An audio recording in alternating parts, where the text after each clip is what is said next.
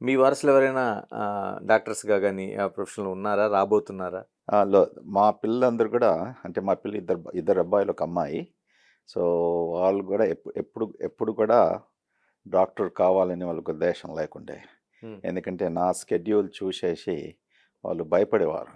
Okay. ఇంతకదం 18 గంటలు 20 గంటలు 7 days week నాన్నగారు పని చేస్తారనేసి.